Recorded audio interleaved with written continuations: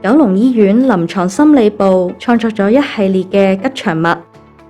包括箍筍仔、小箍同埋熊仔。吉祥物嘅誕生旨在令服務使用者感受到溫暖同埋支持，從而度過佢哋嘅心理困難。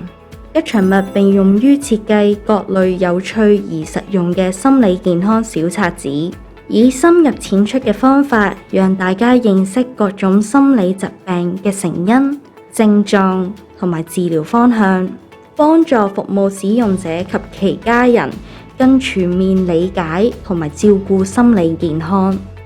為咗提高服務使用者嘅抗逆力，臨床心理部製造咗一啲小工具，例如壓力球同埋感恩日記，幫助服務使用者緩解緊張情緒，鼓勵佢哋每日記錄生活中美好片段，培養感恩嘅習慣。